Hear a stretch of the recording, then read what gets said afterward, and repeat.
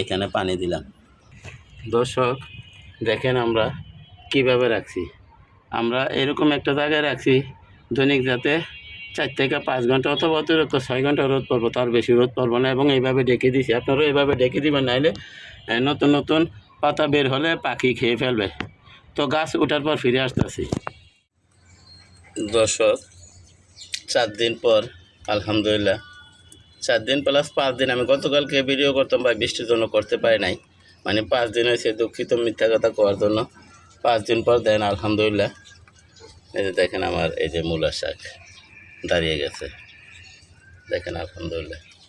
তো আপনারা ঠিক এভাবে করেন, আমার মতো ছাদে বাগানে এটা বিভিন্ন রকম শাক সবজি চাষ করেন, নিজেরা খান, ন্যাচারাল চাষ করে আমরা ন্যাচারাল খাবো।